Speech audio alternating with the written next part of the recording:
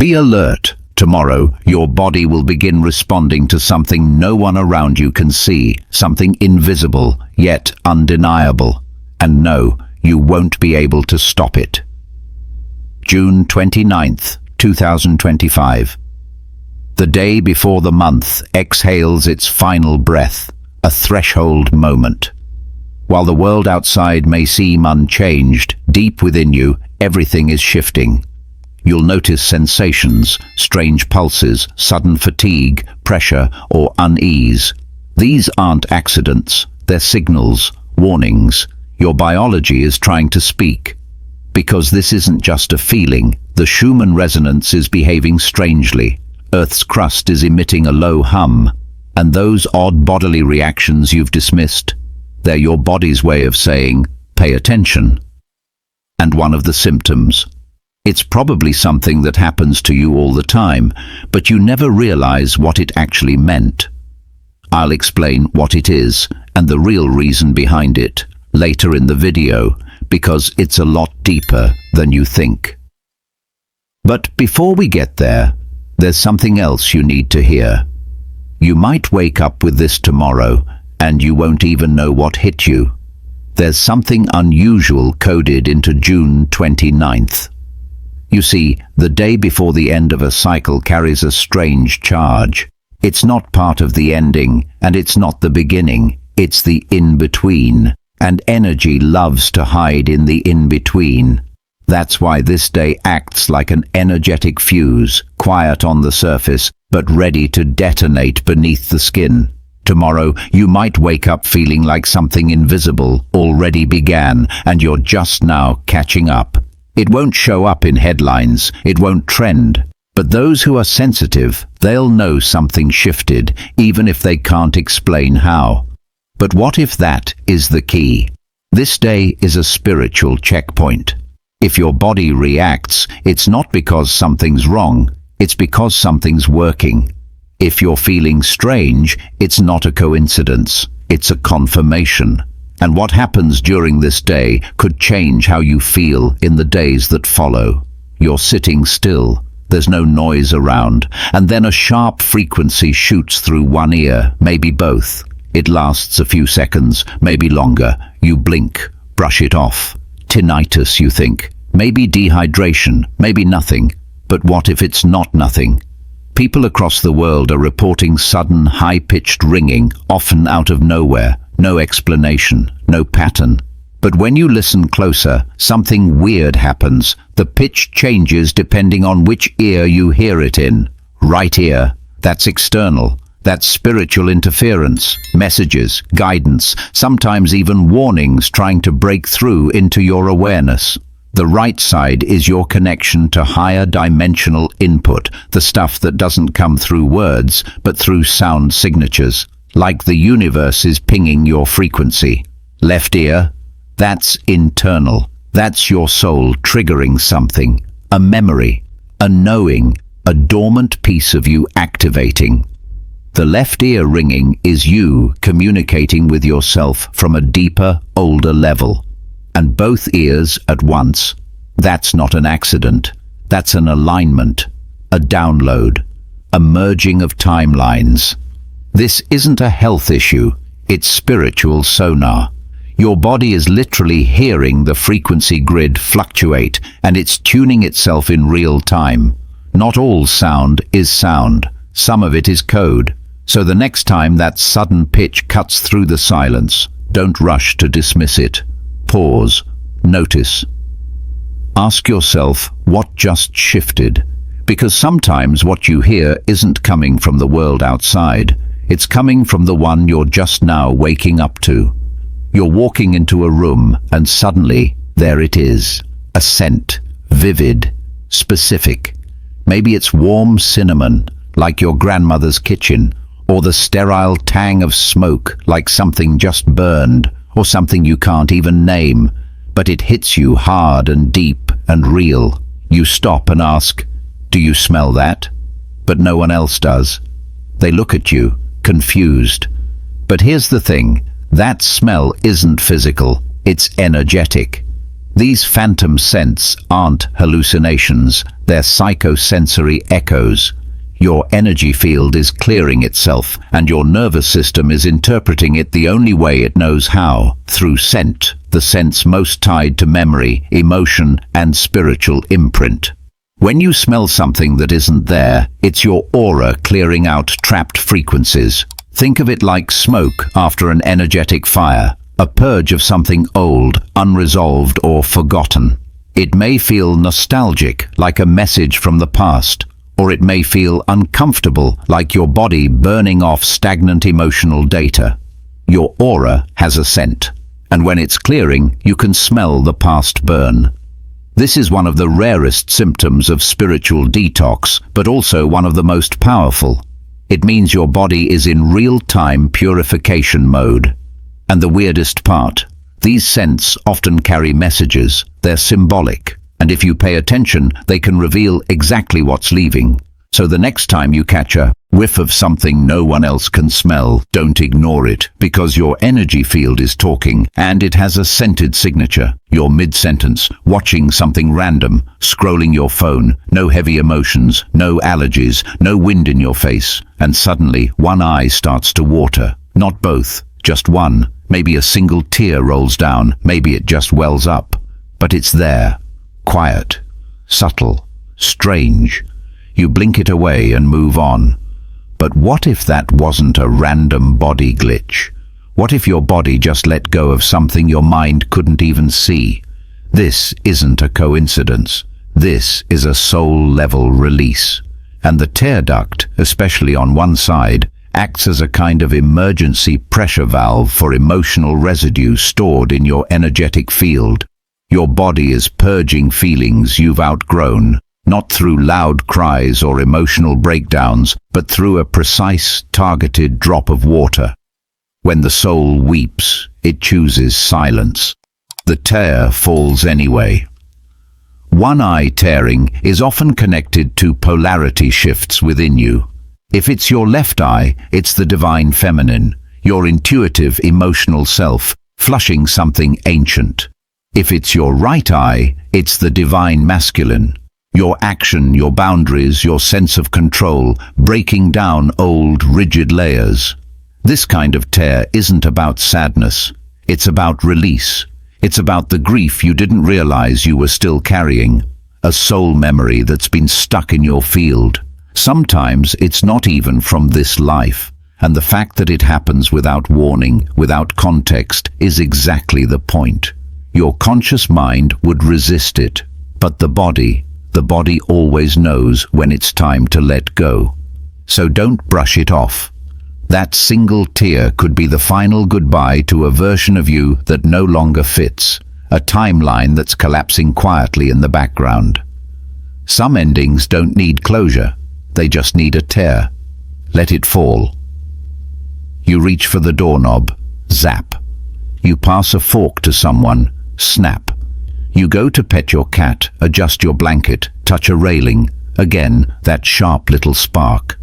It's almost playful, but unnerving. Like the world is charged with something you can't see. And every time you make contact, it reacts. You might think it's just static. A dry room. Shoes on carpet, winter air. But if it keeps happening, especially in a wave, you're dealing with more than electricity. You're dealing with spiritual conductivity. You're literally holding a higher voltage than your surroundings. When the energy can't ground itself, it escapes through you. This is how frequency shifts sometimes feel, in the form of micro shocks. Your auric field is pulling in codes, upgrades, and pulses from the solar, geomagnetic, and crystalline grids. And your physical body hasn't fully caught up. So that excess charge. It discharges the moment you touch something that can hold less than you do.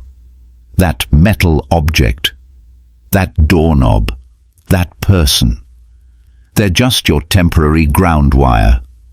You're running on a higher circuit now, spiritually, mentally, energetically. And your body is having to bleed voltage in order to not fry itself. It's a good sign, even if it feels strange. The more light codes your field absorbs, the more your environment has to recalibrate to you. And that takes time. These sparks are just the previews. So if it feels like your fingertips have become a spark plug, they have. You're not glitching. You're transmitting. You're not being shocked. You're shocking the system. You're not just touching the world anymore. You're rewiring it. 3, 4 sneezes back to back. You look around like, what even triggered that? But what if nothing external did? Sneezing has always been seen as a reflex, something automatic and mostly harmless. But in spiritual terms, a sneezing fit is far from random. It's a system override. It's your body ejecting something it can't integrate, something you may have just absorbed without realizing it. Your sneeze is your soul saying, get it out now. When you sneeze out of the blue, and especially in bursts, you're usually not just expelling dust, you're expelling data. Think about the moments when it happens, after a stressful conversation, after entering a crowded, chaotic space, after scrolling online and stumbling into something that felt off, even if you couldn't explain why. That sharp exhale isn't just your nose reacting. It's your nervous system flushing residue. It's especially common after timeline shifts. Have you ever made a decision that felt small, but it changed something big inside you? Maybe you didn't notice it fully, but your body did, and it had to purge the old version of you that no longer fits. That's when the sneezing hits, suddenly, forcefully, and without apology. And sometimes it's the energy of others that triggers it.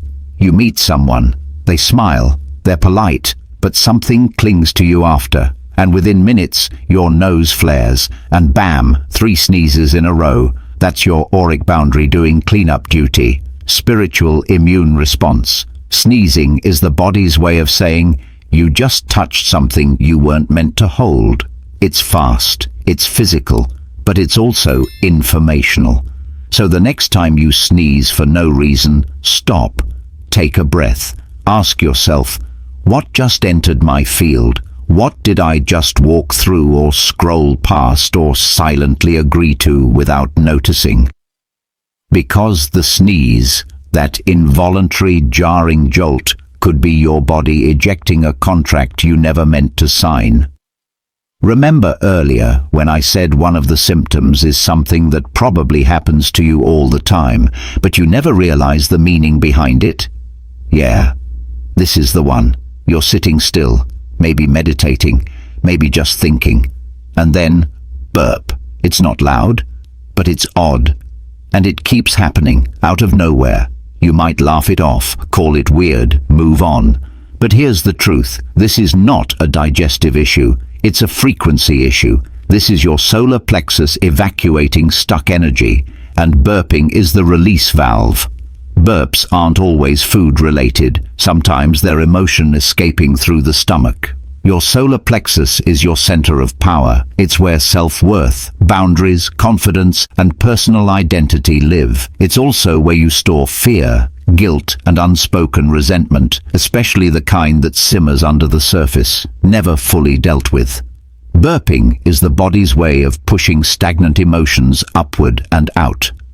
It often happens after shadow work or after interaction with someone energetically dense. Ever been around a person who drains you, and afterward you start randomly burping?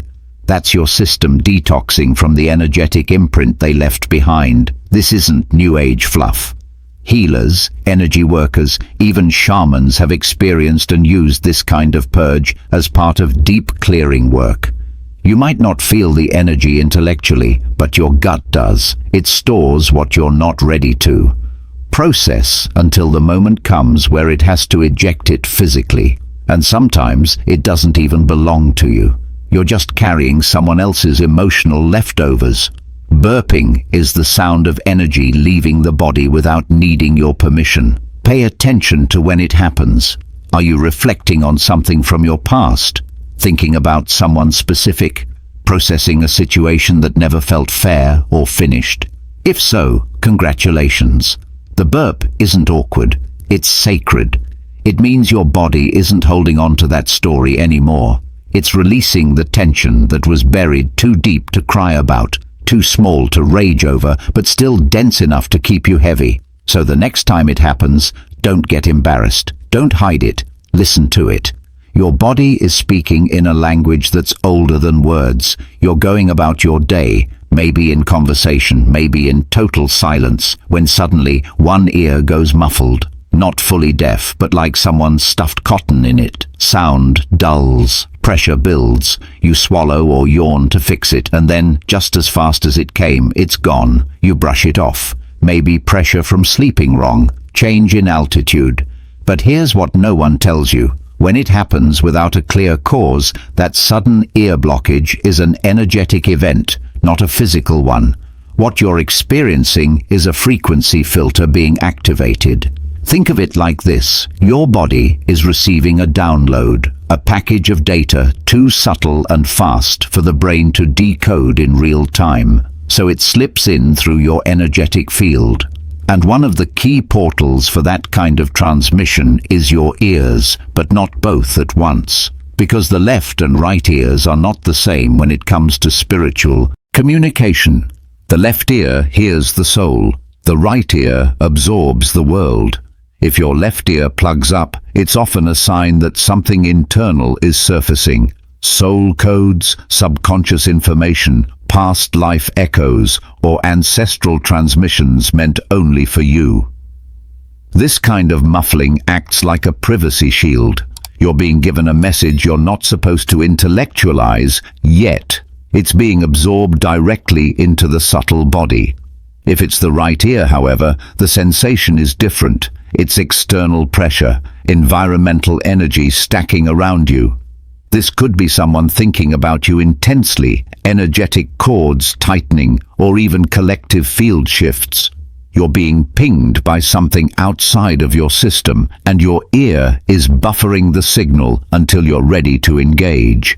It's also no accident that this is happening around June 29th. This is a day where the veil isn't loud, it's thin. Which means more is coming through in silence, not in visions, not in voices, but in small interruptions that are far more meaningful than they seem. And if this happens repeatedly, that's a pattern.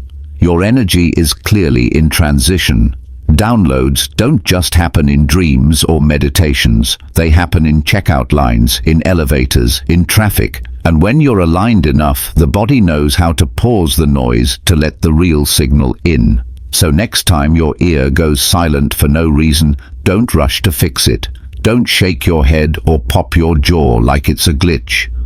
Pause, breathe, and listen, not with your ears, but with your field.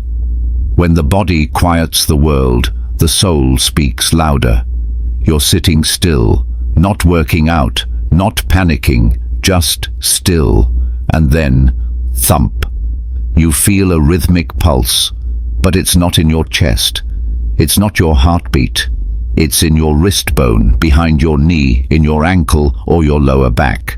Sometimes it feels like a flutter. Other times, a deep throb, like a second heart waking up in a forgotten part of your body. You instinctively touch the area like, what is that? But there's no pain, no swelling, just something moving.